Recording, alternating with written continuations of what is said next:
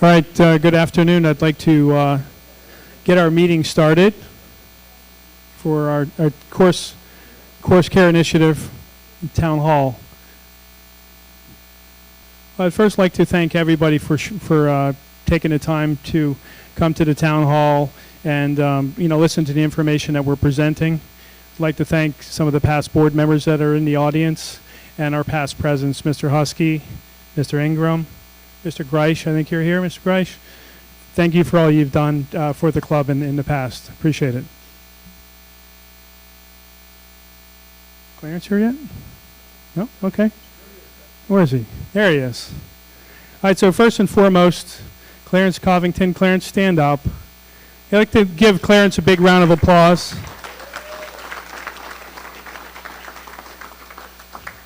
As you know, Clarence is moving on. He's got a great opportunity, and we're wishing him nothing but the best. But I want to just make sure that we communicate to the members that our existing team, there will be an interim period when Clarence is gone and our search committee is looking for his replacement, that there'll be some time between those two periods, and that our team that's in place, they've got the right programs in place, all the systems are in place, and they'll be supported so that we don't see a lapse in the golf course conditioning. So that is our foremost priority, the transition period. And then from the search committee's point of view, we've got an abundance of excellent resumes that were submitted. And starting next week on Monday and Tuesday, we're going to start doing our first round of our interviews to reduce those candidates down to start the on-property interviews. So that process is moving forward, but we're not going to rush the process. We're going to make sure we get the right candidate, the right superintendent here on property that not only has the knowledge, but has the personality that's going to fit here with Turtle Creek. And he's got some big shoes to fill. So we're going to take our time to find that right person. So the town hall, we'll start with Joe O'Connor. He's going to give a financial overview. Mr. O'Connor's our president of our board. And then after that, Mr. Chip Lotz and Trip Davis will go in and really dive deep down into the project. We'll go in that order. After we finish the informational part of the session, Corey Sabin will help us moderate the Q&A. We're here to make sure we can provide as much information as possible, and we're here to answer as many questions as possible. So the thought is the meeting will last approximately 60 minutes, and then from there on in, Corey will help moderate the Q&A portion, and we're just here to answer questions. I'll work the room. I'll take the microphone. If you have a question, I'll come around and give you the microphone, and then we'll be able to be there to answer your questions. Hopefully that makes sense. And then the course care initiative, it's really some of the highlights that we're doing. We're expanding the driving range and the short game area just to make the driving range safer and drier. The driving range is extremely wet during heavy periods. The course design, Trip and Chip will get into the course design, but there's been a lot of conversations about the course being too easy. It will be extremely challenging for the advanced players, but it'll give our average players plenty of opportunities to get around the golf course and enjoy a round of golf. But it will still be very challenging. All right. We're really focusing on the stormwater infrastructure to make sure that we don't have to close the golf course and to create drier golf course conditions. And the bunker design and the placement is going to be an integral part of what we'll do during the project. There's been some comments about the course closure, the planned course closure. Mind you that this project needs to be approved, but we're hoping that we gain your support. The planned closure would start on April 1st, and with an anticipated reopening sometime mid-November. If we get the project approved, we would be looking at condensing our golf event calendar, moving all of our premier events sooner in the season, November, December, January, February, before the golf course would start getting sprayed out in anticipation for the project. So Toby and the golf committee would work on making sure that our premier events would be scheduled earlier in the season. Employee retention, that's been a comment that I've heard throughout the club a little bit. What are we going to do about the employees? We have 36 employees that have more than 5 years of tenure. Now that says a lot about the club. We've done a lot of great work building our hospitality services here, and we've got a lot of great talent here. So if the project is approved, and when it is approved, we're hoping that everybody supports it, we will put a lot of work into employee retention programs to make sure that we retain all of our talent that we have right now. And then also, once it is approved, we'll have a reciprocal golf program. Toby and I have been in the golf business in South Florida for 30 years. Down here, we've got great relationships with every club in the county. When the project's approved, we'll have approximately 2 years to get a very vibrant reciprocal program. We'll work on summer memberships like they did in the past back in 16 with a reduced fee, but we'll also look at getting reduced fees for our area golf courses. And then also we've discussed doing a very aggressive travel program in April. April is going to be the hardest month to gain reciprocal golf tee times here in Palm Beach County. It's just busy in South Florida in April, so we'll plan some travel programs, ladies travel programs, couples travel programs, and also some men's, just to get some people off property and not put so much pressure on the reciprocal program. But I will give the microphone to Joe O'Connor, and I appreciate your time and thank you for your support. Can you hear me all right? All right, good. How do we get to where we are today? This is not something that's a brand new idea. In 2016, when they did the previous renovation, and I was here in 2013, so I saw the 2016. I'd like to make a comment on that renovation. I thought the golf course was remarkably better after that. I think the committee that put that together did a great job. I also think the club did not have the resources that we had today, and so some things were missing, right? They probably would have done irrigation if they could have done it at the time, but they chose not to. I remember hearing someone say, we did what we could because we needed to get approved to do something, and I applaud them for doing that. In 2021, when I first joined the board, I think the second or third meeting I went to, our old GM, our old superintendent, and golf pro came to a board meeting and gave us a plan for the 2026 renovation. And I was a member of the finance committee at that time, right before I became the treasurer, and I just looked at our finances and I said, how the hell are we going to pay for that? I mean, we were not in a position that I thought we could do it in 2026. So a few of us got together, we said, hey, what should we do here? Maybe we kick the can down the road a little bit to 2028, 2030. Give us a little more time to build our nest egg to tackle this program in the right way. 2030 really was the number we were looking at. But then, of course, the golf world changed in South Florida. Wait list for wait list, escalating initiation fees. And the financial picture at Turtle Creek changed dramatically during that time. And I was, when Chip came on about 2 years ago, trying to start this work. We've been working at this for about 2 years now, in earnest. I said, geez, I think we're going to be good to go in 2028, and things have continued to go, and even faster than I thought. So bottom line is, I think we're in a wonderful position financially to tackle this project. Did you take the clicker? Thank you.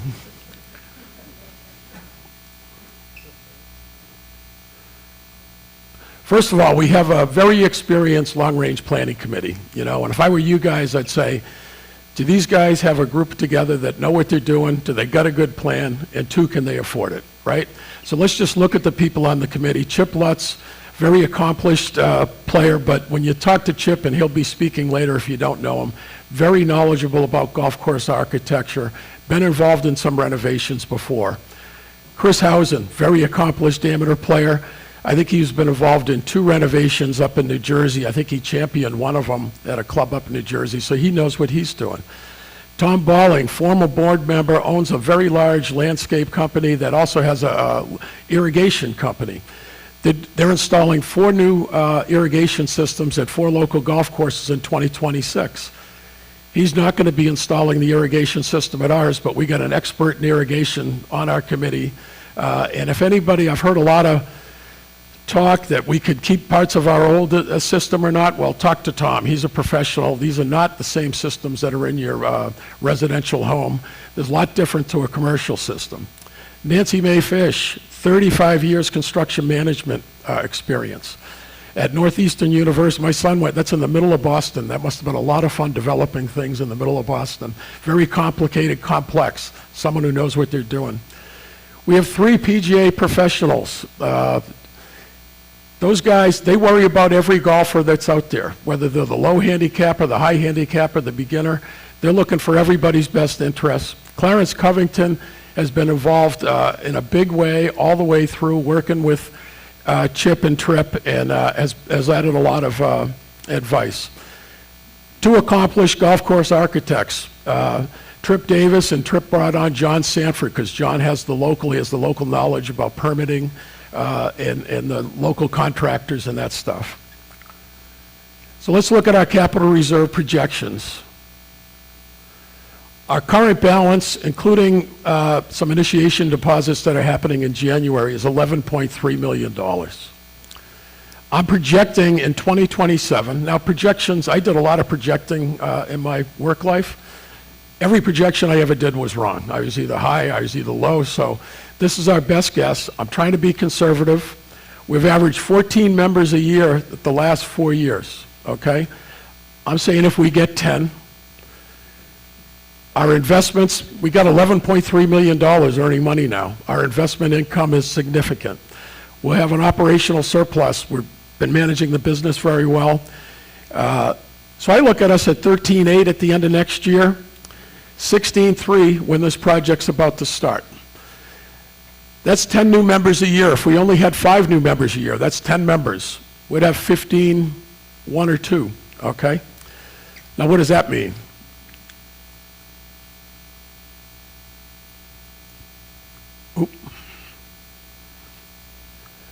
It's not good. This is not coming good as we thought. I just wanted to show you previous years. In 2021, we had $840,000 in our capital. In 21, when I was talking to the guys, it was 1.2.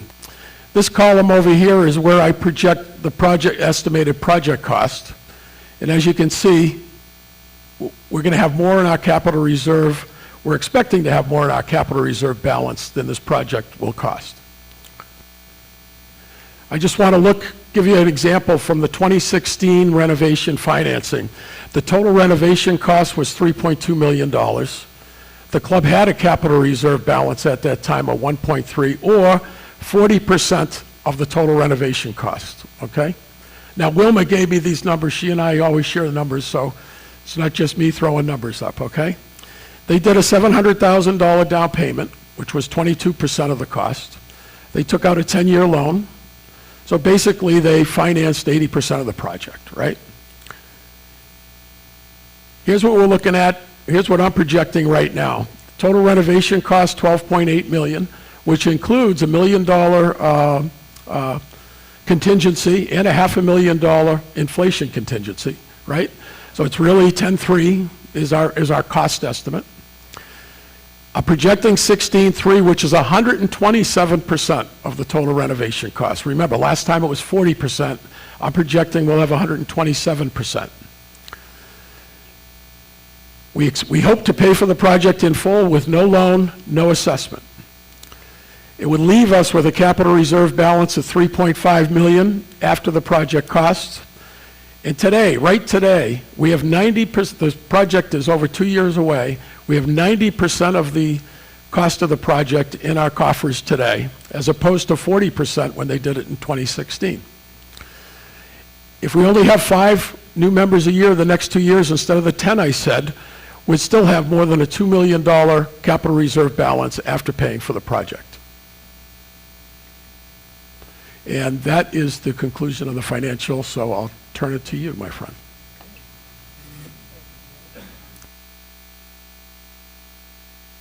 Thank you. Thank you, Joe. Well, Joe, thank you very much for the financial information about the club. We have a lot of our former finance committee people and leadership here to thank for the planning that they have done to put us in this position today. And I'm sure most of you would realize this is a unique position among most clubs around the country. I mean, most clubs around the country go out and borrow money, or they assess their members for this kind of a capital project. So we're truly in a unique position to be able to fund our own project and write a check for it and not have any additional debt and not have any borrowings to go along with this. So thank you for your leadership, those of you on the finance committee and leadership of the club. So that's awesome.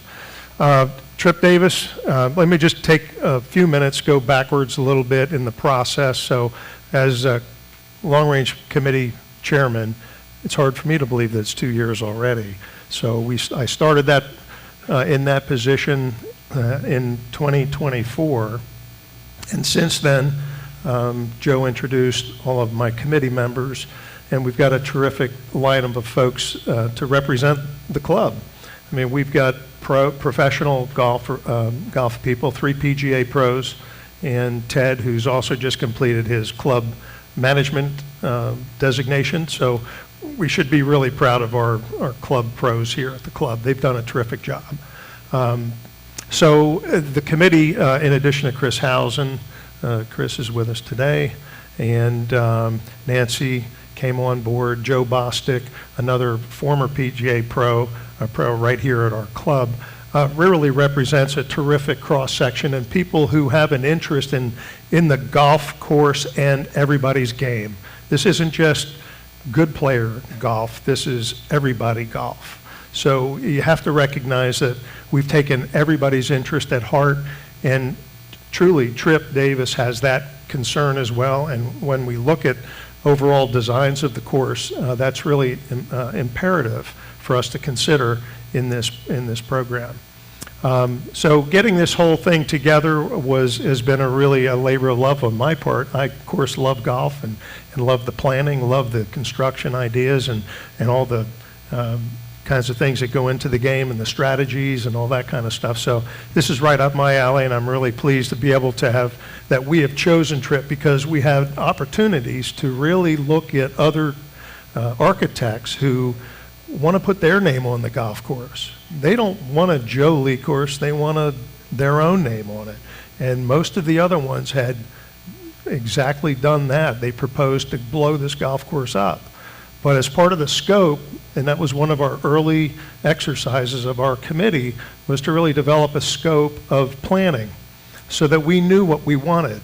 And when we were in a position to interview with the various architects, we could actually rate them based on their responses to know whether they would fit with us. And we really found that Trip was the perfect architect for us. The others wanted to make it theirs. What we wanted was a Joe Lee design that was designed with the modern game in mind. So we would make a few changes, but it was largely an infrastructure project, and we knew that going in because irrigation was important. It's dated. We had 2 breaks just in the last week. I'm not sure that you would know that, but we are finding these kinds of failures going on with our systems. We also needed to improve our drainage. That's a major factor here. We experienced that, and we all witnessed it this past year with abundant rain and a lot of ponding, and prevented us from playing golf. So we really want to solve those problems, and that was one of the things that Trip really emphasized as his strength, is making sure that drainage is properly accommodated so that we can make sure we maximize our playability, have a dry course, proper conditions, and that's really important. So I feel in Trip we've really gotten the best of anybody that is respectful of Joe Lee's design, willing to take a look at what we have, and he really likes it a lot, and we have a great bones in this golf course. So we're not changing the routing, but what we're needing to do, because we have all this construction going on, we have the opportunity, and I think most of you, like me, who enjoy the game and love the game, we want to leave it as a better place for the people down the road. I fixed 2 ball marks. I break the bunkers. I fill in divots. You got to do more than you normally do because of your own actions. You want to make it a little bit better for the next generation or the next people coming down the road. So I think this kind of a project will reset this golf course. We'll now have a course which will be good for the next 30 years or so. And by doing this all at once, we have this unique opportunity to keep the same character of the golf course, but slight changes that will be made will enhance the experience of everybody, and it will preserve our golf course for future generations. So with all of that, let's go into the better part of what you've seen. You've heard a lot of information about the drainage, about the irrigation. This is all stuff you don't see. But now let's look at the visual aspect of this, because this will kind of give you a little better perspective of what we are looking to do to the golf course going forward. So Tripp has really made a great effort at creating some slides for us of maybe 14 or 15 holes, which will give you a better depiction of what this is going to look like. And I think the visual aspect is more stimulating than sometimes just numbers and concepts and things that, you know, go along with drainage and irrigation. Well, it's kind of boring, but when you can see it, it makes a little more sense. So we're going to start with kind of a slide presentation here and some narrative from Tripp to kind of give us his impressions, you know, of the golf course. So I'm going to start right here at number 1, hopefully. Whoops. Yeah. I've been going backwards. No, you're going the right way. Go back to that one. Oh, here we go. Okay. So this is hole number 1. We're going to do these in succession. We don't have every hole represented here, but Tripp has done, you know, quite a bit. And in the top left corner of each screen will be the existing picture of the golf hole. And then on the lower right side will be the revised picture. And then on the next slide will be an expanded view of the new design. So Tripp, you want to walk us through number 1 here? And Well, I'm going to spend a little, I want to just Yeah. a couple of minutes on kind of what our approach is as a whole. I mean, most of the work that we do is generally based in infrastructure renewal. John and I both, you know, every once in a while get asked to do a project that's more about change, where, you know, we might be going in to do changes for a tournament or something along those lines, but 80 to 85% of the work that I do is infrastructure related. And that means that we're going in and we're restoring that infrastructure so that it has the ability to be, the golf course has the ability to be maintained as well as possible. You guys are in a unique position in that we have the ability to fix basically the entirety of the infrastructure because all of it is in a spot where it needs to be renewed. It's no different than you're, you know, needing a new heater at the house or a new refrigerator, new roof, whatever it may be. The golf course has those same kind of infrastructure requirements. And we're in a position where we can do it all basically at the same time, which is vital to having the ability to have that infrastructure work together really well and then last a long time. You won't need to do another major renovation project for 30 years after this because the greens, irrigation, the grassing, bunker construction, bunker structure will all be in good spot. But we want that result after we're done with it because when you do an infrastructure project, you get really dirty, for one, and because you're tearing things down and then you're building them back up again. And when we build it back up, we want to make sure that the golf course is building on what I consider to be an extraordinary architectural legacy, heritage here. You not only have Joe Lee that designed it, but Joe's heritage back as a golf course architect extends back to a guy named William Flynn, who I consider one of the 2 or 3 best architects in the history of our game. But there's a lot to work with here in terms of really good architecture. So we don't, that's one of the things that I saw when I came and looked at the property with Chip for the first time was, you know, he said, do you see, you know, rerouting or blowing this up or moving that around? And I said, I think the bones are outstanding. I think the main thing that we need to do is to play on that architectural legacy you have. And in this case, that, you know, keeps there's 10 greens here that are largely original Joe Lee type greens. And we need to get the other 8 of those basically to where they kind of match up to that. The one thing that I did find here in looking at it is that from the standpoint of trying to make the golf course to where it's fun for all types of players, you have to understand the way that the game is played, from the better players then to the average to higher handicap players. The better players are going to be single lower digit handicaps. We have what I call a tweener group that's in that high single digit. And then your average handicap is going to be, for the men, is going to be somewhere around 14, 15. And then you go a little higher than that. And especially for when you get a little older and you're not hitting as far, your handicap may stay down, but you're just not hitting as far. We've got a bunch of different groups that we have to think of. When you go to the women's side, the average handicap goes up from there. And so we have to evaluate how that's all played. One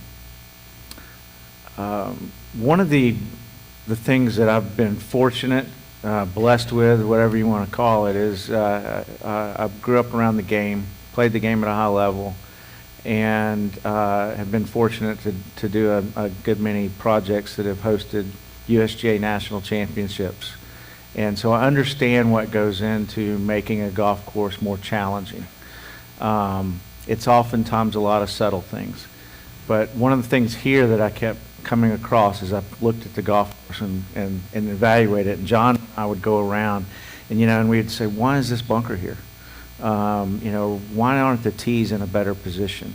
So we spent a lot of time evaluating things to figure out, and there's what I would consider a lot of low-hanging fruit in terms of being able to do some things that makes this golf course more fun to play for the masses, and yet doesn't have a significant impact on the better player as a whole. I would like to see the golf course, if you're a 5, 6, 7, 8 handicap, I'd like to see this golf course be a little harder than it is now. And we can do that at the same time as making the golf course more fun to play for those that are higher handicaps. A lot of it has to do with understanding what makes it more difficult for the better player, what makes it more playable for the average player. The better players are going to take on more aggressive lines of play. They have to. They have to do that in order to shoot lower scores. But you need to give the average to higher handicap players some options to take more conservative routes. And you definitely can do that.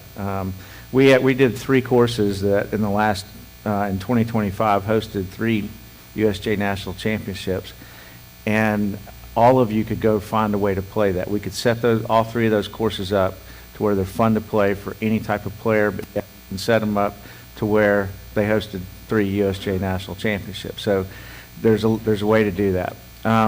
You mentioned that the other day when we were talking, that actually he thinks that he can set this golf course up for the low handicappers, even, or plus handicappers, where they can't break 80. Today, yeah.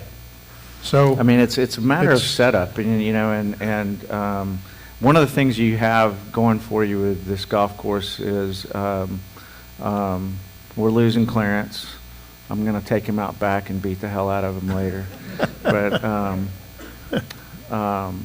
I'm proud of him. I'm glad to see him moving to on and so forth. But one of the things I will tell you, having done this for a long time, and John would echo the same thing, is you're getting ready to do a renovation project. That significantly ups the ante of the people that are going to be attracted for this job, because it's going to, we're going to be raising the bar. And there's no doubt by the responses that we've been getting. Right. So we're encouraged by that. Yeah. Clarence up there is not going to be able to be a part of that, but he also then helped us get to where we're at now, in a lot of ways. So pat him on the back, and every once in a while we're going to have to call him and say, hey, you need to let us come out here and play your place. And So All right, in any let's go. event, Let's go on a little more Yeah. detail. We've got number 1 posted here, and you can see a little differentiation on the bunkers on the right. The bunker on the left is actually at a different distance from the hole than it presently is on the left-hand side. So just walk us through your thoughts on this golf hole. okay, that'd be good, yeah. Absolutely, thank you. One is an original green to a large extent. Did I lose my, oh, there it is. Yeah, so one, and as a par 5 green, it's really pretty good. The one spot that we've looked at, and you can see it kind of in a change here as to why we're doing what we're doing, is there's a missed opportunity to have more green space short on the kind of front right part of the green, just over the bunker. This is representing the bunker actually moving over to the right just a hair from where it is now, but it's going to be more under a slightly expanded part of the green. We were playing today, and one of the things that we were all talking about was that you have a lot of bunkers that they're protecting a part of the green you can't put a pin on because of the slopes that fall away from the bunkers. If you hit it in that bunker, we can't get a pin very close to those bunkers. So what that does is it makes it even more difficult for the average player and not quite as challenging for the better players. I would rather, one of the things I like to do is I talk about is paint the corners with greens, with pin locations. So I like to see pin locations that get along the edges of greens. And, thank you. Which one, that one? Oh, there we go. Can y'all even see that? Yep. Is that good? Okay. So what we're looking at is expanding the green a little bit right here. The rest of the green I think is very good. So that bunker would slide over a little bit with it. This bunker is intended to challenge the player that is trying to hit the green in 2 and or get it more aggressive with a second shot up into here. The kind of the other part of this bunker is going to be a little bit of a saving bunker, especially for third shots. But the better player, I can assure you, except for me maybe, I might be better from 70 yards in a bunker than I would be from 70 yards in the fairway these days. But that's a very difficult bunker shot for the better player. They're going to want to avoid that. We don't want, but if you're an average player and you hit a ball over in this direction, it's going in the water. This has some ability to save that.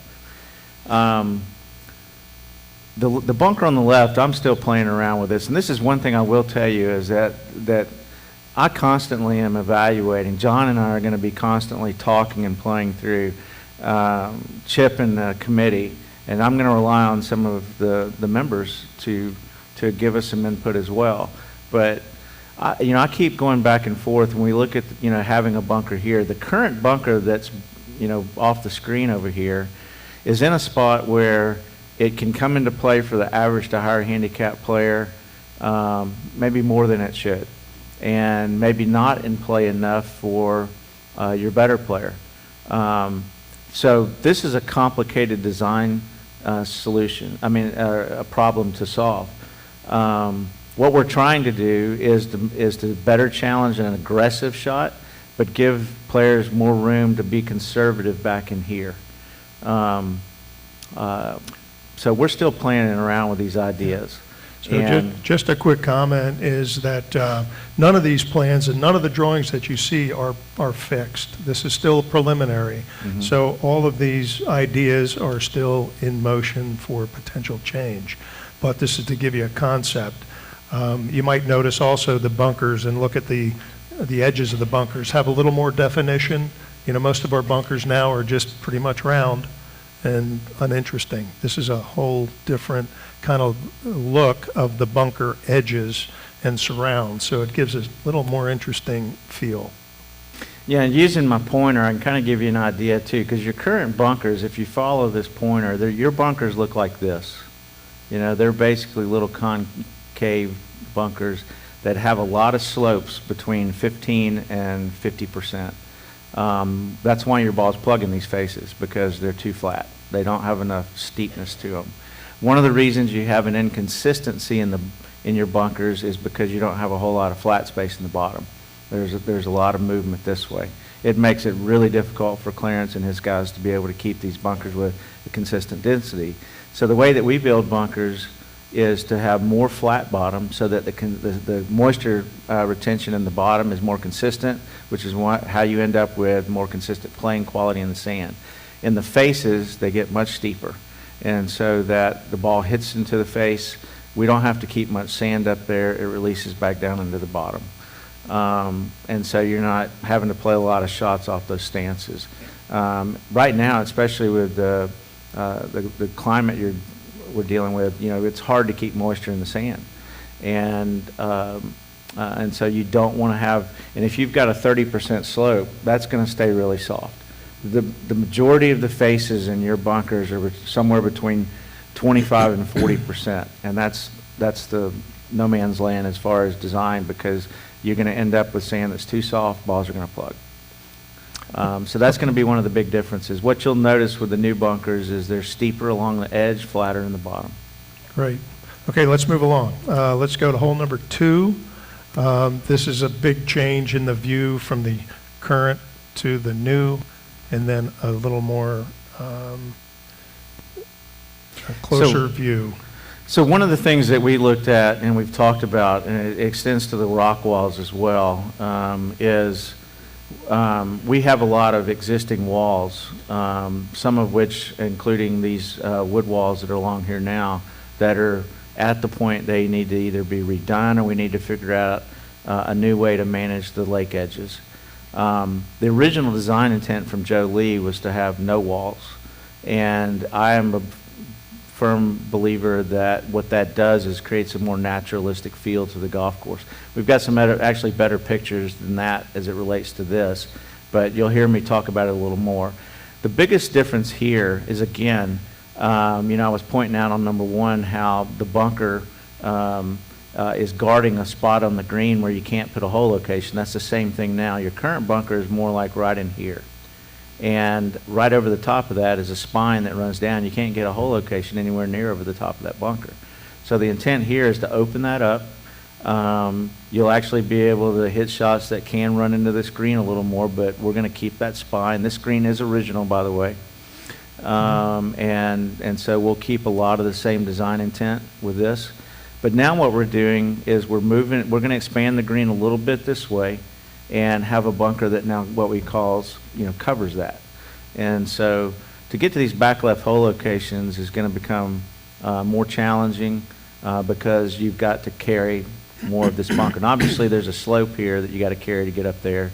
But this bunker is going to do more in that terms. One of the things, this kind of brings to light one of the other things too to understand about the difference in challenge level for the average to higher handicap player down to your better players, your tweeners, is the way the golf course is set up. I mentioned, and you mentioned a minute ago, that I could set this existing golf course up today with tee locations and hole locations that would make it hard for some of your 3 handicaps to break 80. I could also set it up to where they might be able to shoot around par more so. So one of the ways in which we've worked with clubs here recently, especially at some of the golf courses that are, have hosted some of the USGA events, to where they aren't just putting the pins in the middle of the greens all the time, is to get a little more creative with the way that we set pins on a regular basis, so that we do have some pins that are a little more challenging to get to. It ratchets the challenge up for your better players. But we also don't do it so often that the average player can't have fun playing as well. But, every once in a while you get a pin location over here, much more interesting for your better player. This is actually one green that's pretty dang interesting no matter where you put the pin. But that's what we're doing here, is moving that over, opening that up a little bit, and getting this bunker to where it covers more green that's going to be challenged to get to. And by removing the bulkhead here, it actually causes the green to go back a little bit. And you have to think about this, because once you've really set this whole thing under construction, it doesn't really cost any more or less to put a green in a slightly different orientation or move it back a little or to the left or the right. You still have the same square footage cost. So there really is no difference. So when he's designing these things, we have to be mindful of slope, elevation. In this case, you're removing that bulkhead, so you're going to have to bring that down a little bit more and push it back so that the grade is a little more consistent and not too sharp.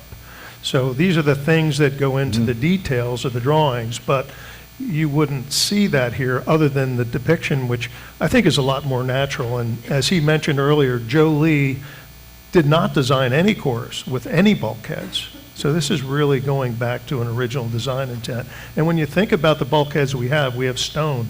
Have you taken a look at the stone lately? It's gotten pretty moldy. It's black.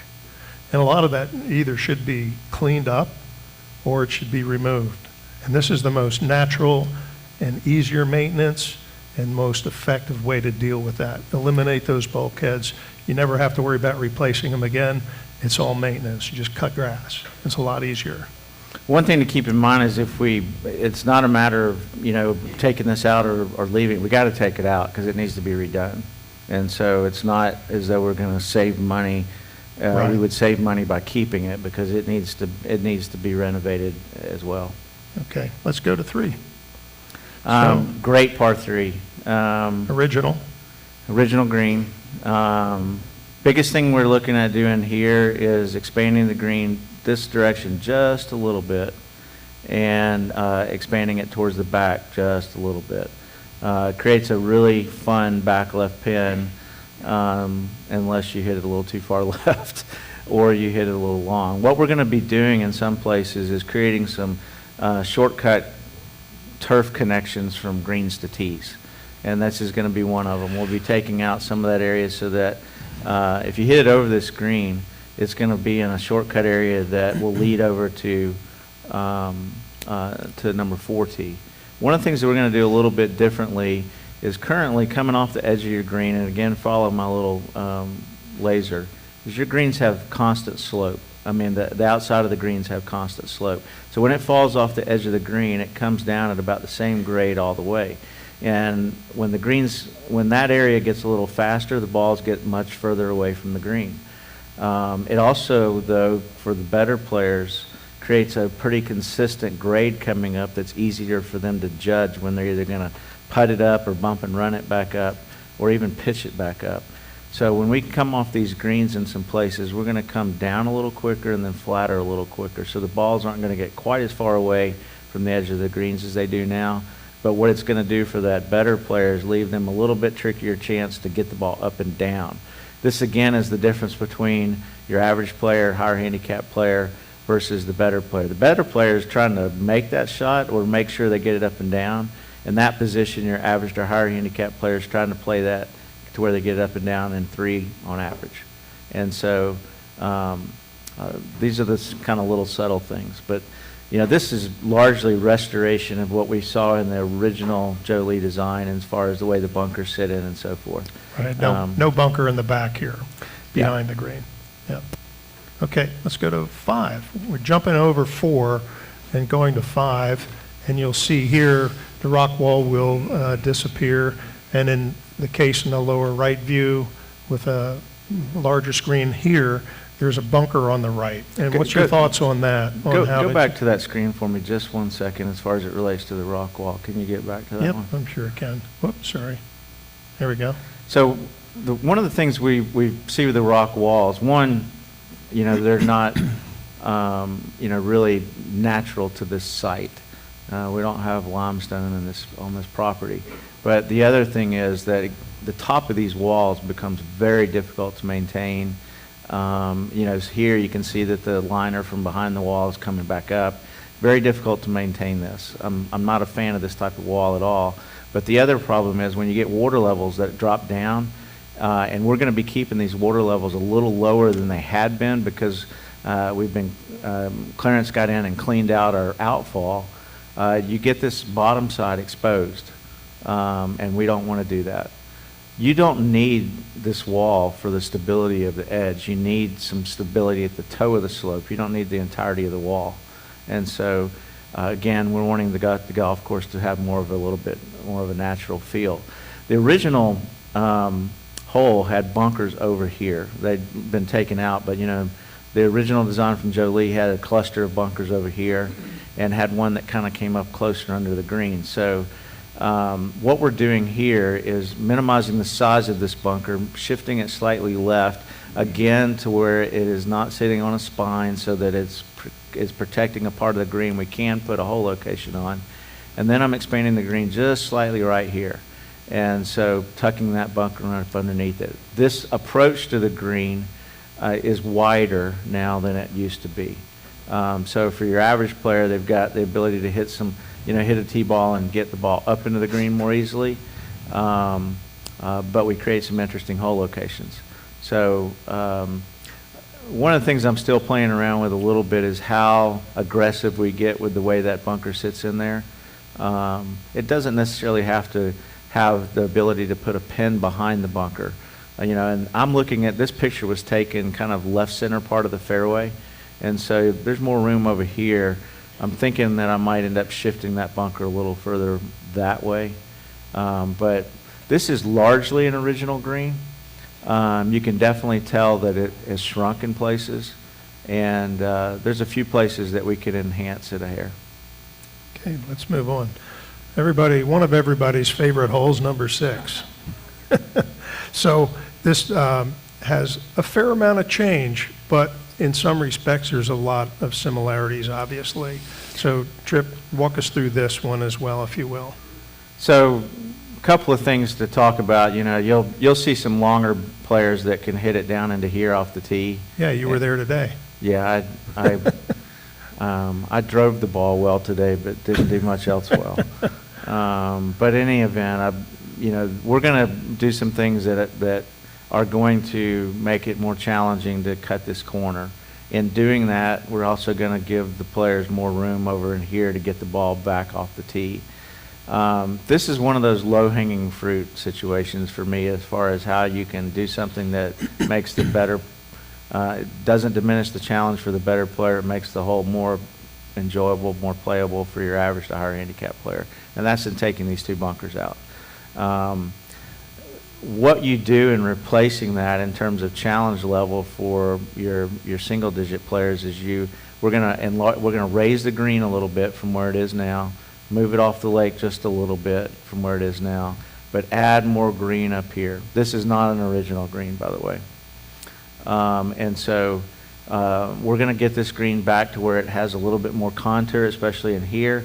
But in the very front of the green, we're going to expand the green down into here and then have those little bitty steep drop-offs along the edge there. So that as a better player comes in, if they miss the green here, the ball's falling a little bit away. But it's not in a bunker. The average player has some options to be able to putt it, hybrid it up through there. And we're also creating a pin location that's just over this, right along the lake edge, which becomes more interesting. Again, challenging that better player. But the openness of the approach, the ability to hit shots up into there. As an average player now, one of the challenges is there's really nowhere to hit the ball unless you carry the lake. Because if you hit it left and it runs through, you're in a bunker. If you try to play it up short, you bring the water a lot more into play. Now you can hit it up here on the left side. The depth of this doesn't really convey very well in this picture, but you're looking at beyond the edge of the green there being 25 more yards of turf over there. And so there's more room to play that shot too. The other thing that we were talking about is we would be removing the concrete path, cart path along the left-hand side, also removing the big bushes, the hedge between 5 tee and 6 green, and basically taking the 5th tee and flipping it over. So it's going to move away from the 6th green a little bit more. So there's a factor of safety.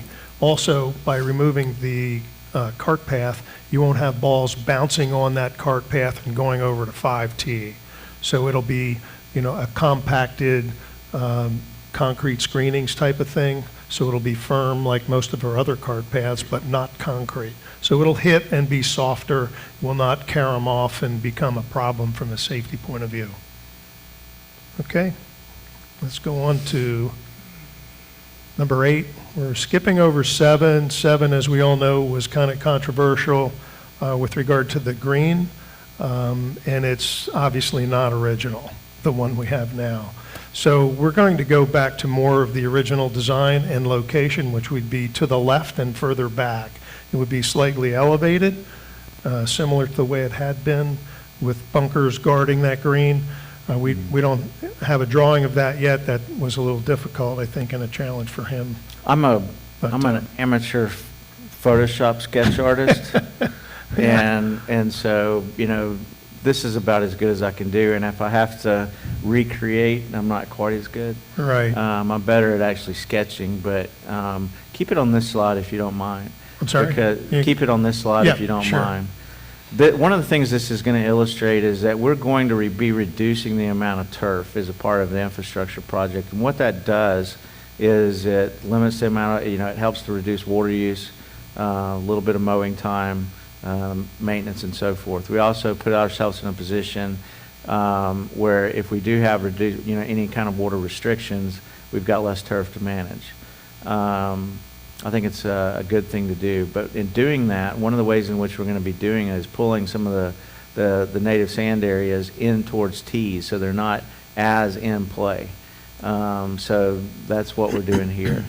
The only Those thing areas that will we're, be concrete screenings generally, right? So it's a firm Right. type of surface that the ball will be able to run through, as opposed to stick in there from a like more sandy type composition.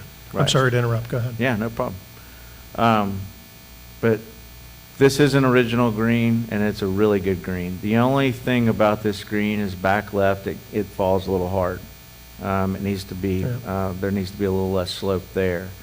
But this is really basically going back to more of a bunker style that would have fit what would have, that Joe Lee, and I don't know if Kind of you've more read of a much Flynn of the design, isn't it? Really, more of a Flynn. It's kind of more of a Flynn design. Yeah. William Flynn was predecessor in architecture to Dick Wilson, who then had Joe Lee work for him. But when you work for someone, you kind of adopt a lot of their philosophy, and so this is kind of sneaking in on William Flynn a little more.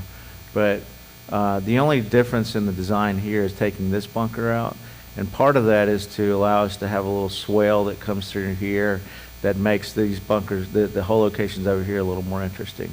It's not going to make this hole easier by taking that bunker out, because you do not want to miss it up here as it is. Yeah. Not many people are in that one anyway. Yeah. Let's go to 9. Great par 3. We're running a little bit tight on our allocated time, so we're Go trying to keep faster? this. I know everybody wants to see, there's a lot to talk about. We've covered a lot of the principles, so we'll maybe talk a little more on the details of some of these holes. So we'll go to number 9, You can leave it there, present, too. and then the new one. So the original green was down closer to the water. That's what we're going to do here. Green won't be quite as big as it currently is. This is not an original green. What we're trying to do here is to give you room to miss here, short left of the green. But if you're going to hit it at this green and try to be aggressive, especially to right side hole locations, you're going to have to hit good shots. This brings the water a little more into play. But you still have the ability to get some shots up into the green and running it, but we've given you room to play short. This is going to be one of the tougher holes on the golf course. It already is. But the intent is for this to be a little tougher. You can see by reference of the flagpole where this 9th green would sit a little bit further back and to the right from the existing to the new. You can see the reference by using that as a point of reference. Okay. 10, another one of our faves. This is actually going to be, I think, a really great hole. This, I think 10's a good hole as it is. The only thing that we've looked at from tee to green is the bunkers that are down the right are in a position to where, for some of your players, it limits what they can do off the tee, but your better players can knock it over those bunkers. So we'll be working on that to some extent to give, if you're an average length player to a shorter length player from the tee you play from, we're looking at providing a little more room down that right-hand side to get an angle into this green from the right side more. This is not an original green, and still working a little bit on how we transition from the lake to the green itself. But the intent is to have a bunker that covers this front left side more. The current front right bunker, what it does is it makes it very difficult for you to be able to miss the fairway and run a shot up into that green. But the same thing here, the way that bunker sits, you can't get a pin within about 25 feet of that bunker because it's a steep fall off behind it. The other thing that that bunker does I hit a shot there today where I hit a shot that carried the bunker and was about that far from going in the water at the back of the green. And so we'll talk through and work through this a little more, but the intent with this second shot is to give you some room to miss, but make it more challenging to get at hole locations in the left half of the green. The design of this green will be such that it doesn't slope to the middle of the green to the very back like it does now. And then over this green, instead of it going right into the water, there'll be a little low area that will catch there. Green will change quite a bit. The green will come up in elevation a little bit. If you miss this green short and right, you're going to have some challenges to get up and down in 2, but presents every opportunity to get up and down in 3. Okay, let's move on.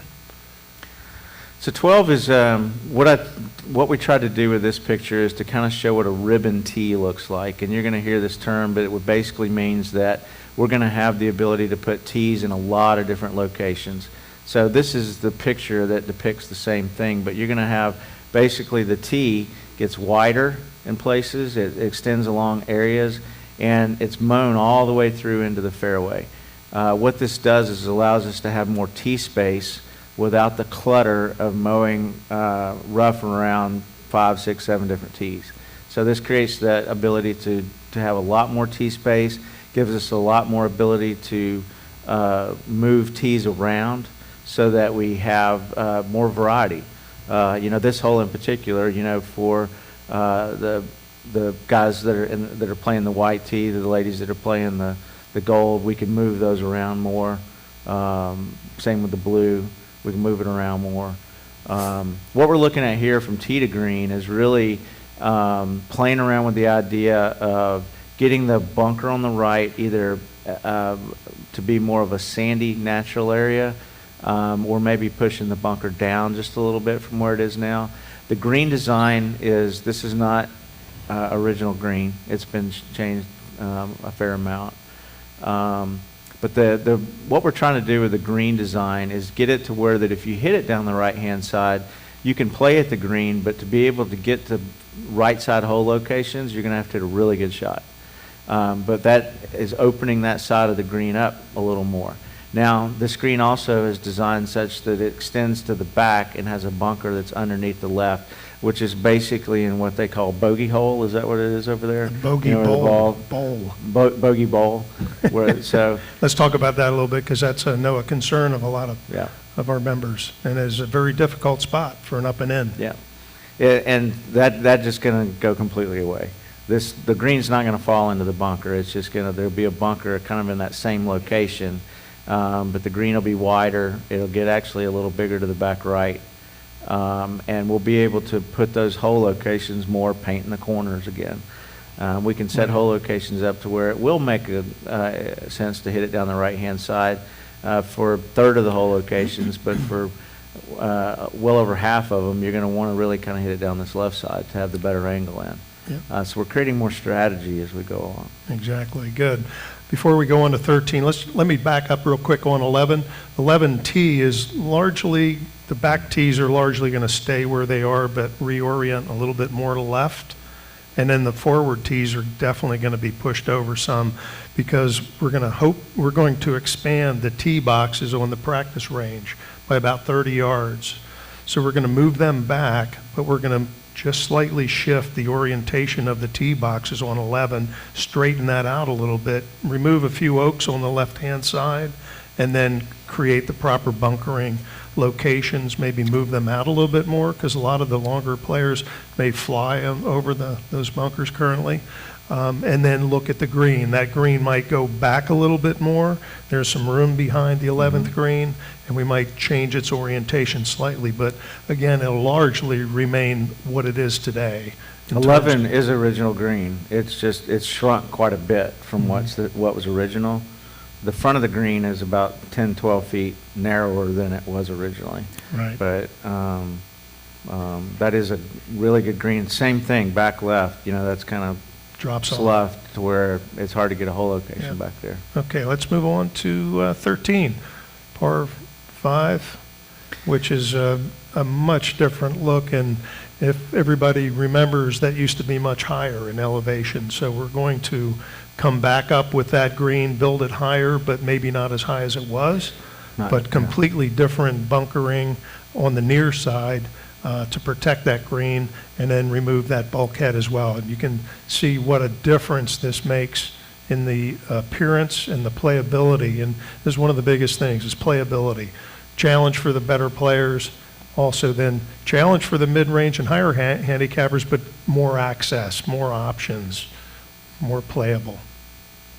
So this is, this is a hole that not too many players can try to hit it in two, speaking of better players. And so, but what we are doing is we're putting this to where it actually is going to invite a little bit more aggressive play, because I would rather be in these bunkers than be long.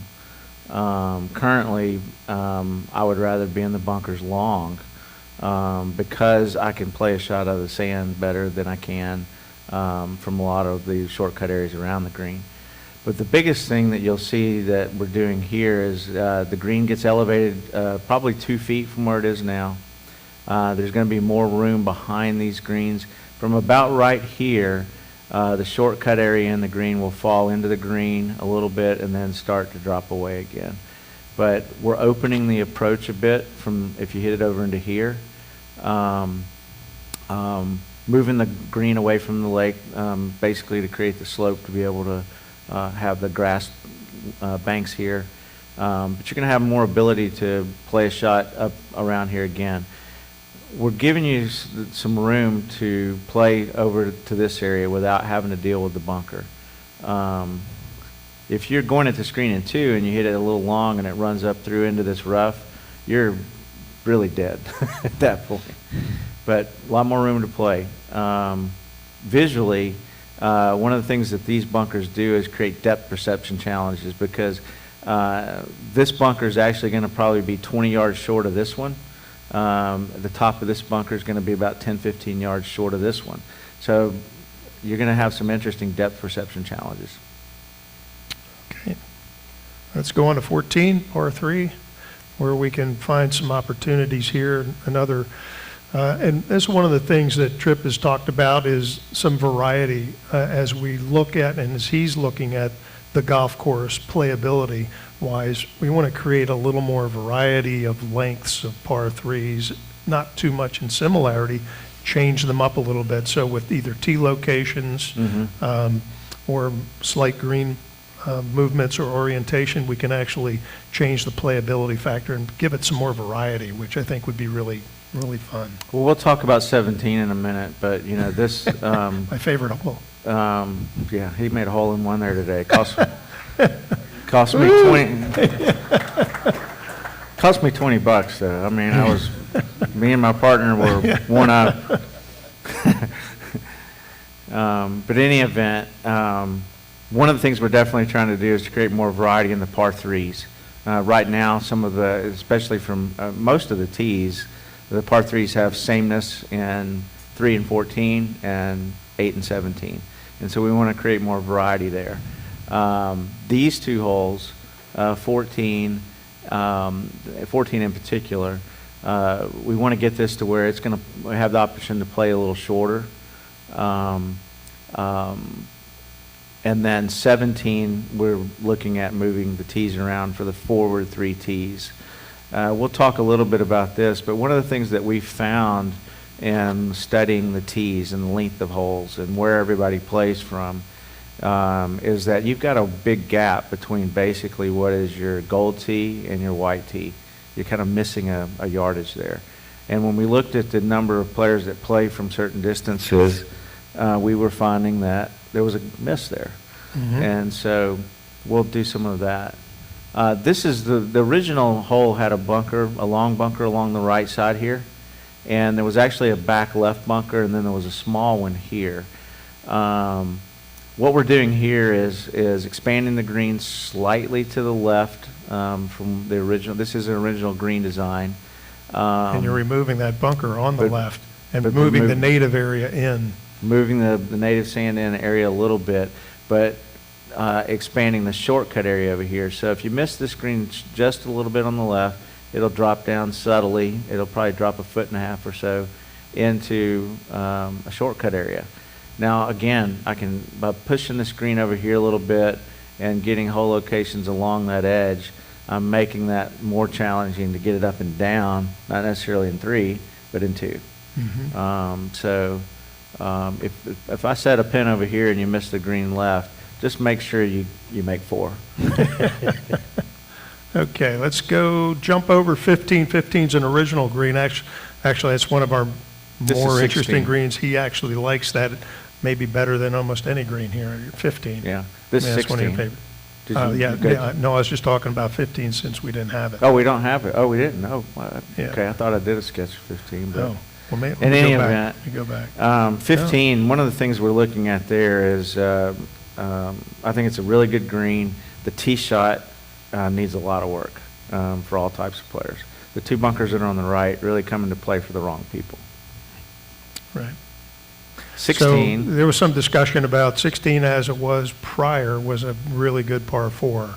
So one of the things that Tripp has talked about is the flow of the golf course. And the flow of the golf course, it makes a lot of sense when you think about degrees of difficulty of holes and what position they're in the round or in the 9. So you've got an opportunity on 13, 14, 15's challenging green, but not long. And 16 is your last opportunity because you got 17, 18, they're really tough. So to make 3 tough holes to finish, again, this is part of, the thought process of how the course plays, playability, how it flows. So you can maybe just elaborate a little bit on that. One of my heroes as a golf course architect, and John too, I know we've talked about this, is Pete Dye. Was a big proponent of the way a golf course flows. And almost every one of his golf courses ends with a par 5 16th that is you can make birdie on. You can make a better score on. It's a gettable hole for all types of players, 17 being a really tough hole, 18 being a really tough hole. But he was really good, and I live on a Pete Dye course at home in Oklahoma.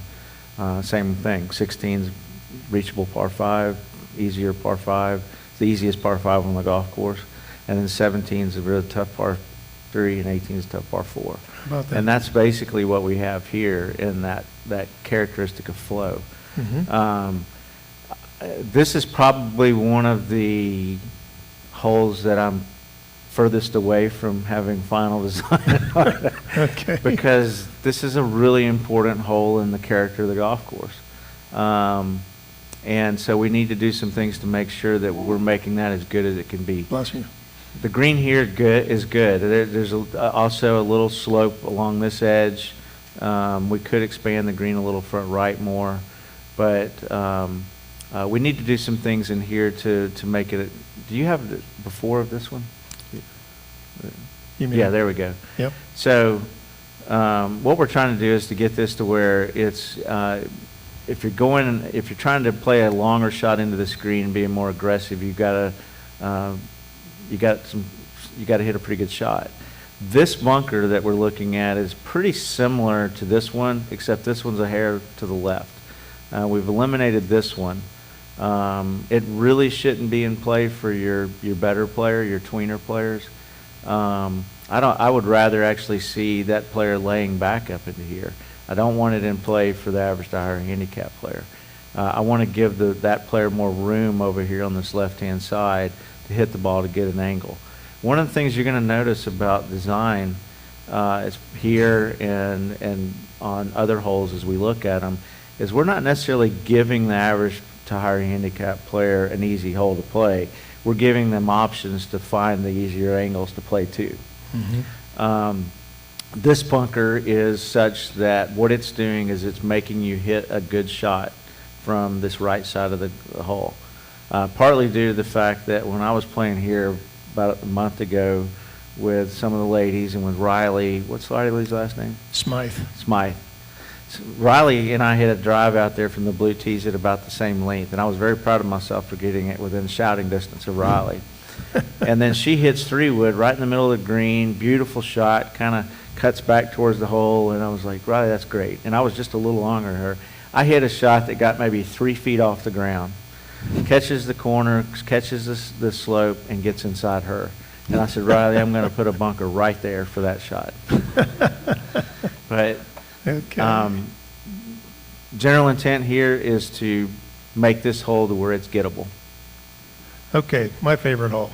Yeah. My new favorite hole. I have to tell you, Toby and I were playing against Tripp and Brad Partridge today, and we came to this hole, and we were 1 down in the match, and Toby hit first. He hit it to gimme, like 2 feet from the hole.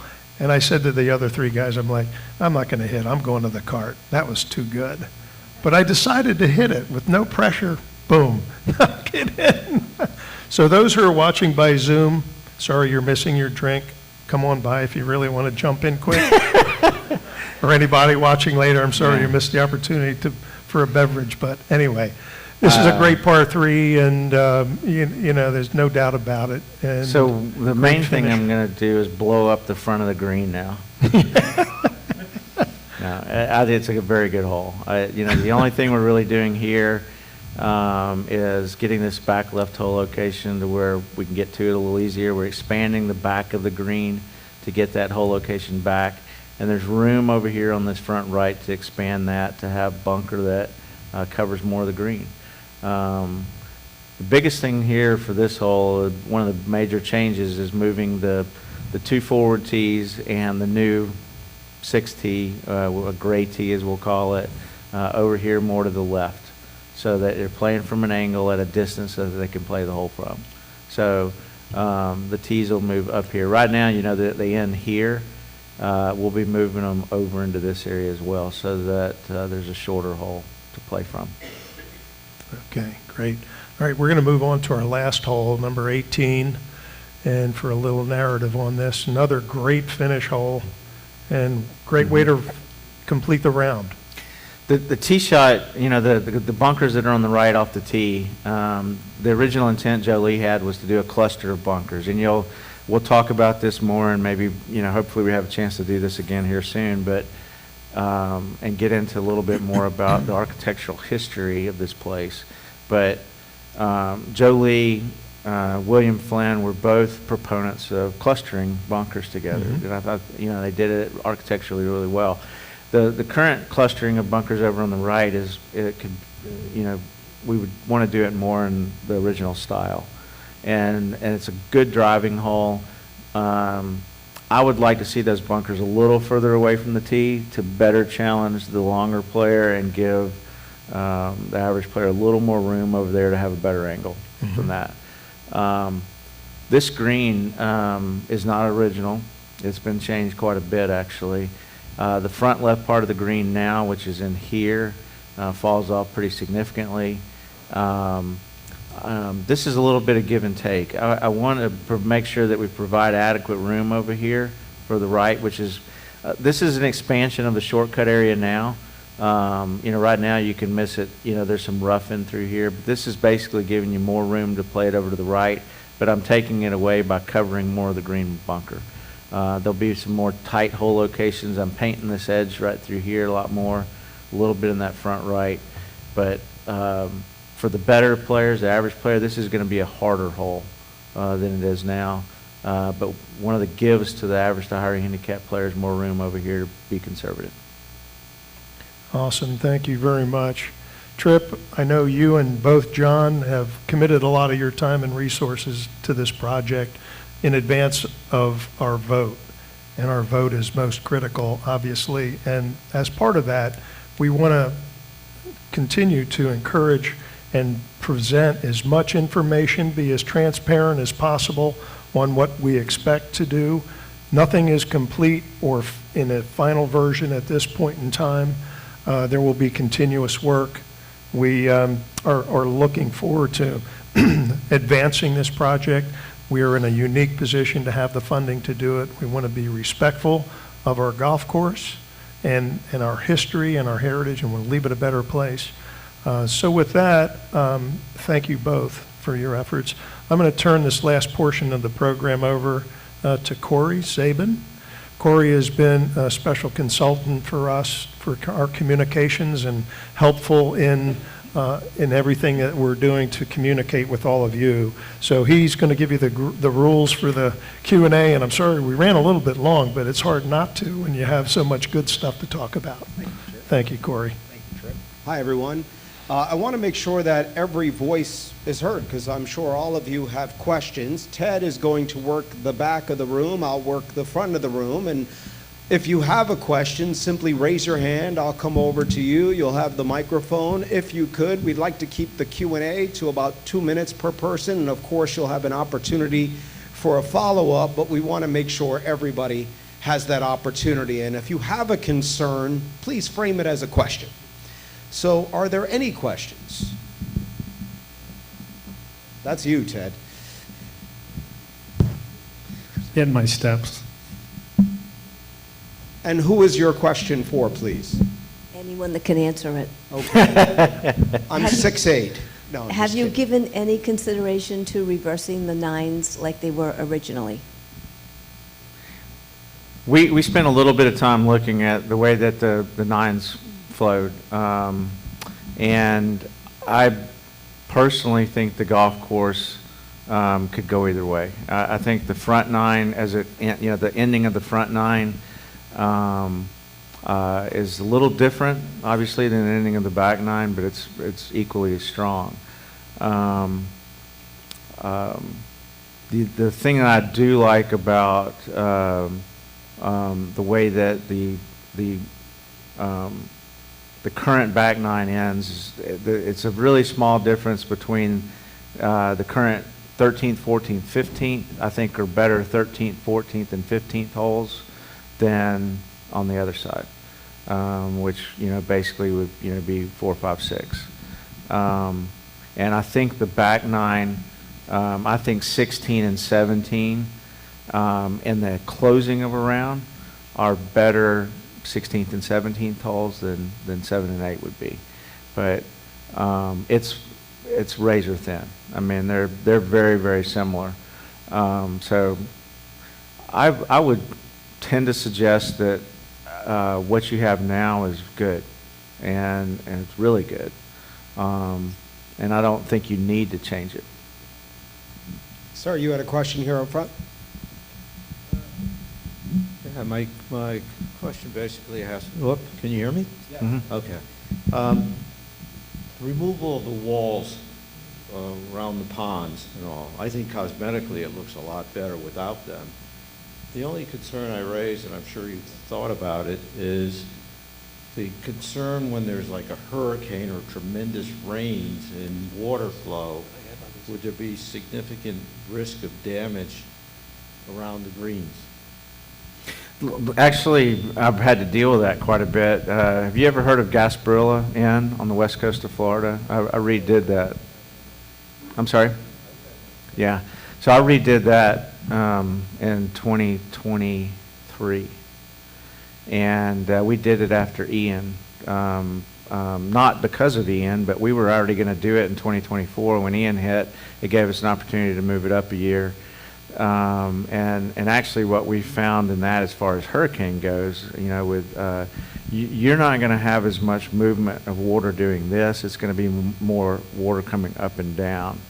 And the walls along greens there suffered more when there was a wall versus not being a wall, especially on a sandy base soil like you have here. We found what happens is when the water gets up and you have a fixed point like a wall, if it gets behind the wall, then you start having significant erosion issues because that wall is not moving, but it gives water a place to create turbidity. And so I think that's actually, you're actually going to be in a better condition, as far as that goes in terms of erosion and loss of ground and so forth without the wall. Because if you have water that gets up behind that wall and starts eating in along the edge, it could take the entire green out with it because of that. Thank you. Other questions? Yes, I know the course will be graded. Do you anticipate the slope to be higher or lower? And also, what kind of grass are you going to put down? You mean as far as the handicap slope? I don't see significant change from any of the tees, really. The one thing to understand about the handicapping system is that it has changed a little bit in the way that they calculate it. And so they're a little bit, what we're finding is that they are rating golf courses, like for instance, I don't remember the exact rating of the blue tee here, for example, or the white tee. Let's call the white tee here, currently has a 71.6 course rating. If you brought the same group in today to do it under some of the new guidelines, it's probably going to come back at like 72.1. Because the way they're rating it now is going up. And it's just a matter of the way that they're calculating those things now. Water is a big factor. Bunkers are big factors. Speed of greens, to some extent, can also be big factors. But our intent would be that the course rating, not for many of these tees, really not change anymore. But we do need to spend some time looking at the way that they are set relative to the scores that we're seeing. I want to learn more about how well handicaps travel here. If your handicap's based here, if you go play somewhere else, does it travel well? And if it doesn't, then that's an issue we need to deal with. Yeah, I had just a question. Was there any consideration to having par at 70 or 71? Initially, yeah. And one of the things that I looked at was the possibility of doing something in the 2, 3, 4, 5, 6 loop that might be a little different. But I kind of backed away from that, a little bit. I'm a fan, actually, of 5 par 3s on a golf course. If we run into a situation where that makes sense, I think that's a good thing to do. I'm not necessarily a fan of reducing down below 4 par 5s because I think that reduces the amount of variety that you have, and in order to lower par. As it relates to the challenge level of a golf course, this is a golf course that you could move the tees around on certain holes, set things up a little bit differently, and play some of the par 5s as par 4s. I don't really think, in a tournament situation you would necessarily do that. But I don't see a place here to add a 5th par 3. I don't see a place to, I don't think it would improve the variety of the golf course to lose a par 5.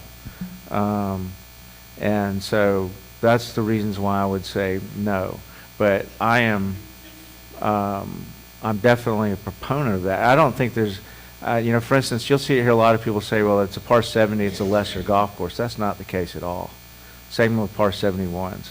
But in this case, the bones of this golf course are good at par 72. I don't think we want to change that. Ted, do you have one in the back? I want to ask a real quick question, though. What are you thinking? One is that when Joe designed this in 1969, and we were all playing golf at our age. I'm 80. We were using wooden clubs and a lot of balls, and given if he had known that people would be driving it close to 300 and 7-irons, 150, would this have been the design he would have done in the first place, or would it have been a par 70? And along with that, how do we accommodate the future length of the game getting longer as more athletes come into the game and play. And so for that, that's part of my reason for asking the question. And you got a very valid point. I mean, I'm involved with the 2030 U.S. Amateur from a design standpoint, Mid-Atlantic Athletic Club. And so, we're talking about in 2030, and keep in mind that the amateurs, the college kids, hit it further than the tour pros do. They hit it a long way. I mean, the average score distance in 1969 was 250 yards. Yeah. I did a study on this and actually wrote a little book about it on the changes in driving distance. In 1980, Dan Pohl led the tour in driving distance at 267. The average in 1980 was 251.6 or 7, somewhere in there, 252. And then after, before Pro V1, it had jumped up a fair amount. But in 1998, before Pro V1 came along, the average on tour was around 265 or so. The top guys, the longest players, the average of the top 10 up in that at 1998 were in the mid 290s. When Pro V1 came out and all the balls started to go with it, it jumped up considerably. And it stayed from at the 2001, 2002, 2003 levels. It stayed at that level for up until here recently. We didn't see a significant increase for between 2004 and about 2017 or 18, is that right? And now in the last 5 or 6, 7 years, it's gone up again. And it has nothing to do with more that we've got more athletes. The club and the ball and all those things that are matching together. And the ball rollback, not going to have a huge impact. No. Huh? I'm sorry? Yeah, just a follow-up question for Mr. Manzi. The turf grasses that we're planning on using. Yeah. Celebration is the grass that currently is the majority of what's out there now, and I think that's what we're going to stick with at this point. I mean, obviously we're going to have a new superintendent coming in that may have some other thoughts. I think it's important for the superintendent to make that selection. Trip, Bob Housen. Excuse Hey, Bob. me. How you doing? Good. My question is about the greens. We're going to be doing a lot of work on the greens, and what I've found out from a lot of redos, they put too much roll in the greens for today's green speeds. Now, they worked great, when they were doing these in the 50s, but they're not good now. So what's your thought about your undulations that you might put in these greens? Well, one of the things I find in studying these greens is that the interior parts of the greens and the slopes that are in the current original 10 greens and the interior parts of the greens are pretty decent. They're not bad, and they're not too severe. Where the greens here get to be a problem from a slope standpoint is along the edges in places. And so that's where we need to get those slopes back up. I mean, you've got a lot of places along here where greens are running off at 3.5%, 4.5%, and that should be down below 3 in those places. But the rest of the interior parts of the greens, I mean, there's a spot here and there, but these were pretty good. The biggest thing here is, and these greens, I wouldn't want to ever see. I mean, and we probably, we'll say this down the road. I don't think we're going to ever see greens get a whole lot faster than they are now, because, Clarence, in your opinion, I mean, agronomically, can we get much faster than we are now? Yeah. I'm hearing from a lot of agronomists around the country and talking about this that we're getting close to hitting what we can maximize, what we can is about as fast as we can get. Certain surfaces actually have some greater ability speed-wise, but Bermuda is one of those. But I remember playing in the U.S. Mid-Am in 2001, and the greens were running 11, and that was the fastest greens I'd ever played on in my life. And it's gone up now. The greens today were probably close to 13. Yeah. One of the other things that, just to note, is that the style of our greens are really more, typical of William Flynn, where they're longer Slopes, yeah. as opposed to micro movements within the green. So we hope to retain that same characteristic of, what we've seen, what we see here now. Well, Flynn, Joe Lee, Dick Wilson all used bigger slopes. Tillinghast, Donald Ross, Perry Maxwell did more micro movements in their greens. And these greens are definitely more Joe Lee Flynn-like, with the bigger contours. The biggest thing is on the edges of the greens. We've lost some space too, Bob. Some of these greens are not as big as they used to be. But we have to be careful personally, I'm not a proponent of severe greens. I don't think that we need severe greens. I am a firmer believer in doing subtle things to challenge the ability to match up line and speed. And some of these greens here, we had some putts today where, you're just on the edge of a break point. The green falls a little this way, falls a little that way. You can barely see it, if you can see it at all. I had a couple of putts today that I knew I was on that break point. And that's one of the cool things about these greens, having so many different places they fall off, is you got all kinds of little break points like that throughout these greens. And I had a couple putts today where, it went up and I thought it was going to move a little left and it fell a little right because of that subtlety. And you don't want to take that away. But definitely not a fan of greens that look like this. Ted? Tripp and Chip, thanks, and the committee as well. In a very short period of time, you've done an awful lot of good work. So on behalf of the club, thank you.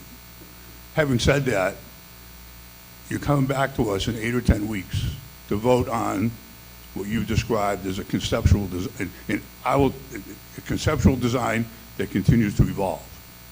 And I guess this is really a question for Joe and Chip more so than you, Tripp, but what do you expect, how do you expect that today's presentation will evolve with a little more specificity for the members to get their minds around in advance of our meeting in the middle of March? The follow-up, just so you guys couldn't hear, the Yeah. specificity and how will the presentation evolve prior to the vote? And the design. And the design. Well, the one thing that I would tell you Right. too is, that what I would, if I were in your shoes, what I would be voting on is not necessarily the details of a design. I would be voting on the restoration, renovation of your infrastructure. And that's what you're really doing. I can assure you not everybody's going to like everything we do. And you're going to have some things that we're going to do that you're going to say, I don't like that. You're going to have some things that we do that you're going to say, I love. If we tried to do design work in such a way that it appeased everybody, so everybody was happy, nobody would be happy. So you're going to have, a lot of design elements that you may agree with or you may not agree with. We're not going to please everyone. But John and I have been doing this a long time, and as humbly as I can for John, we're good at what we do. And It just seems to me that there's a lot between today's conceptual design and the final building specs. yeah. And you know, Well, there will be, but personally, that- I like to see a little more. I know we don't want to be designing Campbells with multiple humps. Yeah. But I think Rich, as a practical matter, we've engaged them as architects and committed to a deposit with their fees. So they go so far as a practical matter. We've tried to give you the conceptual ideas. They've done a lot of planning, a lot of work. They've done, the master plan generally. These are all preliminary, but we really can't engage them and pay them for all of their services yet. So if we paid them for all their services, we would have to wait a while to get complete plans and drawings. Now we're talking more details, hole by hole, explanations and drawings and a lot more detail.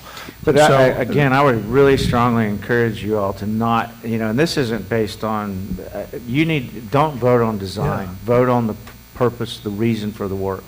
Why is this project being done? It's being done to restore the infrastructure of the golf course. That's exactly so that right. it can be maintained really well for the next 30 years. Please don't misunderstand me. I'm not being negative. I'm trying not to be negative at all. But Right. there were 4 or 5 holes we didn't talk about, and I think most of us would say the worst hole, the second worst hole on the golf course, number 4, you pass right over. Yeah. So Well- just things like that over the next month or so. I think I'm going to would make help it better. totally. Well, we're going to try to the- continue. It's really cold in Oklahoma right now. I'd be happy to come back down here and spend a lot more time, to be able to, and I love talking about this stuff. I mean, if you guys don't want to get together again in a couple weeks, I'll do this again. And we'll get a little bit more into the weeds on some of this stuff. I do want to answer a question I didn't answer. And that is, how do we get the golf course to where it, matches up to all the longer players? One thing to keep in mind is that Turtle Creek is a golf course that deserves to have the reputation as being a really good test of the game. But I think it's less than 1% of the play is from the black tee. And so we need to make sure that we recognize that needs to be a big part of the game. But the players that play the golf course, are not hitting it a significant amount further and so forth. We need to be aware of that player. One of the ways in which we adapt golf courses for the way the game has gone and where it's going is to not necessarily always make it longer. When you make a golf course longer, all you're going to do is benefit the longer players. The better players, the better golf courses that have done a great job in mitigating that to some extent, are doing it in such a way that they're still balanced. If you make a golf course 7,700 yards long, all you're doing is benefiting the guys that can hit it long. You're not creating balance enough to where an average length player can still play the golf course. And that goes for every tee on the golf course. We don't need the blue tee to be 6,900 yards long. We don't need the black tee to be 7,700 yards long. There's room if we want to go build that, but it wouldn't be good. Yeah. Rich, maybe what we could do is have a few more smaller group sessions. So maybe you'd be interested in joining in another small group or two or whatever. But we want to continue dialogue. We want to address concerns. We want to daylight all this as much as we can. And we welcome the opportunity to continue that interchange and dialogue. So I think one of the things we could really do that would be helpful is to take the plan view, and I think it'd be fun to sit down and go through that. I get, everybody makes fun of me because I get into the weeds on things and I take too long. And yeah. But sometimes, to answer some of these questions and go through that, you got to get in the weeds. And I love doing it. And again, it's really cold in Oklahoma right now. Sorry, you had another question? Oh, on a Zoom? Sure. okay, good. Would there be other people that would be willing to sit in on a Zoom just by a show of hands, just out of curiosity? Okay, couple. Rich, would you sit in on a Zoom? I'm thinking about making sure you sell this to 180 people. Yep. Okay. Yes, sir. Thank you. Tripp, your comments are understandable for people who have an agronomic background. And what you are saying to the membership is that the infrastructure, the dirt under the ground, the irrigation, assists in the maintenance process and developing great playable conditions. Not everybody's golf IQ is equal when it comes to understanding nematodes and drainage and so forth. I think most people are going to look at this redo sort of looking at what's the end result for me as a player, and I can appreciate that you haven't had the opportunity to go over every single hole, but I would say to the committee that most people will vote based on what they anticipate their playability and their playing experiences is going to be. So I understand infrastructure. We haven't spent a lot of time talking about what, and I know Clarence well enough, I know what some of the issues are from a maintenance perspective, but it might help the membership understand maybe hole by hole, or maybe not on every hole. I can think of some areas where we know the grass doesn't grow. The maintenance issues are significant. I think to kind of tie the whole program together, you probably need to marry the rationale for infrastructure improvement with a sort of a continuity picture of all the holes looking alike. Because our last renovation done in 2016, and like Joe, I came in 13 and I saw the project, and we were promised that it was going to be a Jolie restoration. And most of us didn't know what a Jolie restoration was going to look like, but we were smart enough when the project was done to recognize there were probably 4 or 5 squibs, if you will, where we didn't get what we anticipated. So I think the members understand that our greatest asset is outside. It's the turf. I think what needs to be explained maybe a little bit further is the true advantages of the infrastructure improvement, which marries your new irrigation, and people don't even know how awesome new irrigation systems are with single head control and so forth. But I would suggest that maybe we try to blend the advantages and why we should do what nobody's going to see, and marry that with a picture of continuity that you have developed minus a handful of holes. Because at the end of the day, I think that's what members are going to vote for, is this is what it's going to look like. It's going to enhance the overall playability and my enjoyment of the golf course. And you touched on a number of those points with, covering the various holes, which I think is excellent. But I would say from the committee's perspective, you might want to try to tie those last 2 things in, because the last thing you want is a no vote because of a lack of information and understanding.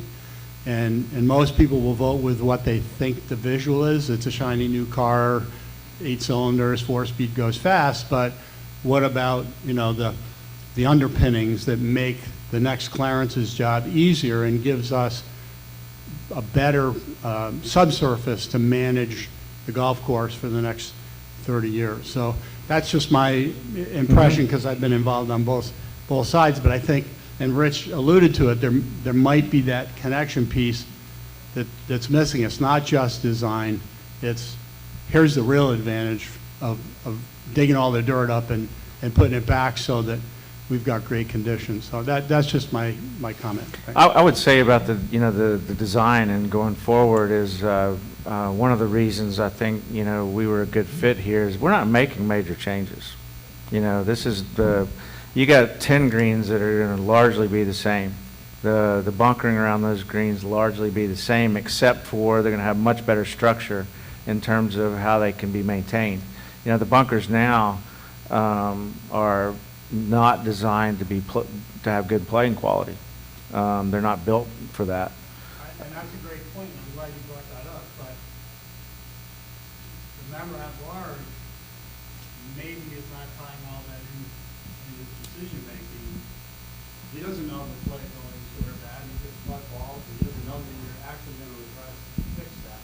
But I think there's Did we send something out? elements that maybe need to be connected to tie that whole story together. I think some of that's missing currently. And I'm giving you my opinion based on my conversation with people that are, the rumor mill's great. This bunker's going away, that bunker's coming. It's rumor at this point, but nothing that's really been talked about is anything other than design. We're not tying in playability and maintenance practice over time. So I think there's an opportunity. Well, I think, we had some focus groups where all we talked about was infrastructure. We didn't talk about design at all. My bad, I had been I'm only repeating what I'm hearing amongst, Okay. members is the focus has really been about design, and you're going to spend $13 to $15 million on your greatest assets. Like if we ripped Yeah. down this building and put a new building up, you want to know why would we do, what are the real advantages of doing that? Same thing out there, maybe some of that has not been. So when we did the focus groups, the intent was to largely just go through infrastructure, explain why the project was being done. So we had 6 focus groups or 5? Yeah, we had 6 focus group meetings where we had like 20 people that came to each. We also had a Zoom meeting, and those meetings were almost exclusively about infrastructure, talking about drainage, talking about irrigation, talking about USGA spec bunkers, all that stuff. And it's on the website. It's, that's why we're being completely transparent with everything we're doing. What we plan to do, how we're going to pay for it. As Chip mentioned, we hired Tripp in a preliminary design thing. This is just a preliminary. We would have to have a member vote, actually, to go to the next level, which is a lot more work. They've done probably more work than they're supposed to be doing at this stage, or that they agreed to do. I just want people to think about the committee I put up there earlier, how experienced they are. We got a lot of great people on that committee that know what they're doing. Tripp has been working very good, in terms of the design. Tripp is all ears to the committee and the vision the committee has as to what we want. So there's not going to be any surprises this time what happens after we get to the next step. Certainly share that step as we go forward. And again, it's a preliminary design. We can still make changes. Nothing's final yet. If we don't do it, that's my big thing. We've put a lot of time and effort into this thing to get to the stage we're at. We have a wonderful plan. We have a wonderful committee that's put it together. We've hired some great architects.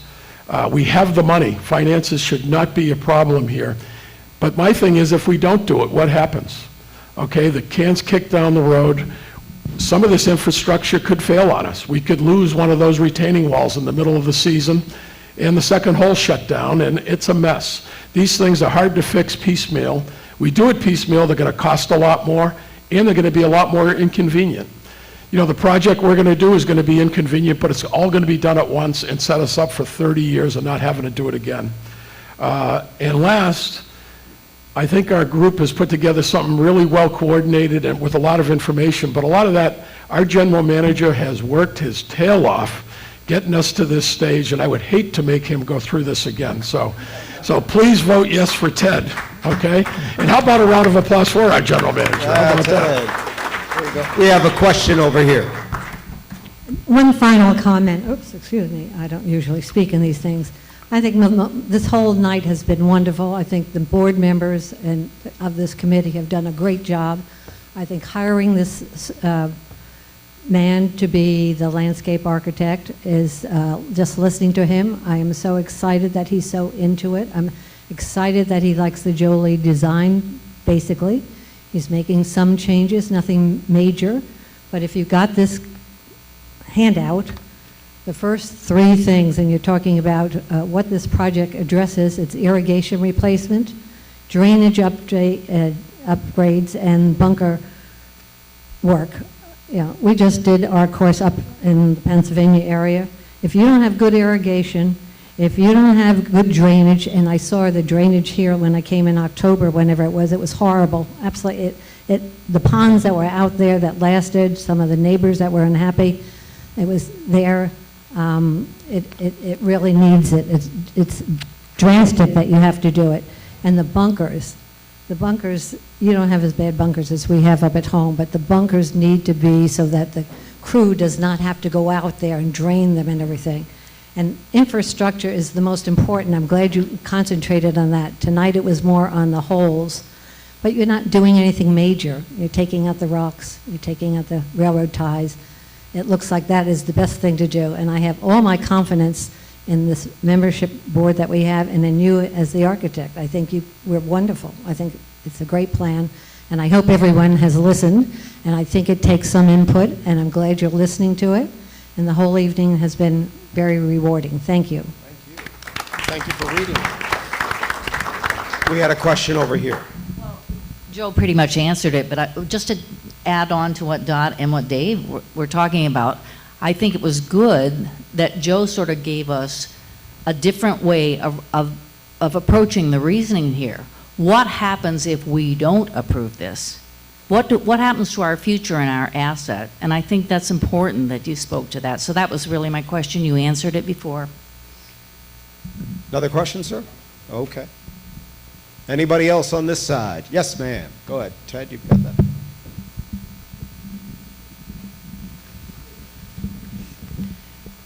Totally understand everything that's been presented, but the gentleman over here did mention about playability. And I would like to see you have some meetings, not on the infrastructure, but how our game is going to be played at all levels, with the tee placements or the kind of yardage we would be doing. Right now we have a set of green tees and a set of gold green that the women play from. There's only 150 yards difference between them with only 6 holes. Right. Perhaps consider something that would make a higher handicap player, man or woman, move forward more to enjoy the game. As we get older, we're not hitting the ball as long. So the theme of play it forward certainly would make sense in a lot of cases, and also add pace of play. So You I make would a like very to see good- some consideration given to that and explain it, because it might help Right. people to vote for it. Thank you. The thing with the tees that's most interesting here is that, one, you go through and you recognize that you're kind of missing a tee because between your white tee and your gold tee is a huge separation. Obviously you've got some combo tees, but the 2 most played tees on the golf course are the gold green. That's the #1 played tee on the golf course. The other one is the blue white. And those are both combo tees. Your 2 most often played tees on the golf course shouldn't be combo tees. That should be the tee. That should be where you have the tee. I am a huge proponent for having golf courses where we're getting down at 4,900 or even less, because you need to have the ability for players to be able to play at that distance. We basically are seeing that most of the women play at 5,150. That's the yardage thereabouts that they want to play at. But I will tell you this, that one of the most time-consuming, challenging things that I have to do, and to get the golf course as well as it can be done, and John will back me up on this, is tee placements. And so one of the things in which we do to make that easier over time, bigger tees, longer tees, runway tees, so we have ultimate flexibility in being able to move things around more so. Don't worry about going as far forward. Have the ability to move a tee forward. But one of the biggest conversations that I want to have between now and the time we've kind of finalized the design is to sit down and spend a lot of time with the different groups as it relates to tee locations. And I can stand here and say, yeah, that's a better angle over here for the player that plays, that hits it 150 yards off the tee. But I also want to feel, how are the shots that you're then playing into the green? One of the things that, we talked about the front 9 versus the back 9, or switching the 9s and so forth. One of the challenging things here for a lot of the ladies and the senior men and some of the shorter players is all the water in the first 6 holes. And as far as it relates to tee lengths and so forth. And then, and some of the length of the holes, for instance, I'm drawing a blank at the moment right now, but is it number 12 that's 380 yards long from the gold tee, or is it 10? There's one of the gold tees is exceptionally long for what it should be. And, but there's a lot of that in is it 10? Yeah. I mean, 383 yards long with water on the left for the gold tee, that's borderline ridiculous. It is ridiculous. And so, there's a lot of that. One of the things we need to do is to make sure that we're getting great variety in playing lanes. And I'm happy to sit down and talk with everyone about it in terms of making sure that this golf course fits. John and I are really good at what we do. We're also very good at listening, and from a design standpoint, you're not going to end up with things that you didn't expect. You know, if we tell you we're going to do something, and if it's in a plan, you know, I'm going to tweak things a little bit during when I'm out here on the ground, but we're not going to holistically change a golf hole after we've told you this is what we're going to do. There were some great points made tonight, and thank you everyone for contributing. There were some great points made from the dais as well. Just out of curiosity, would it be helpful if there were Zoom meetings on the continuity of the course? Show of hands. And what's going to change? Some of the topics you brought up. Okay?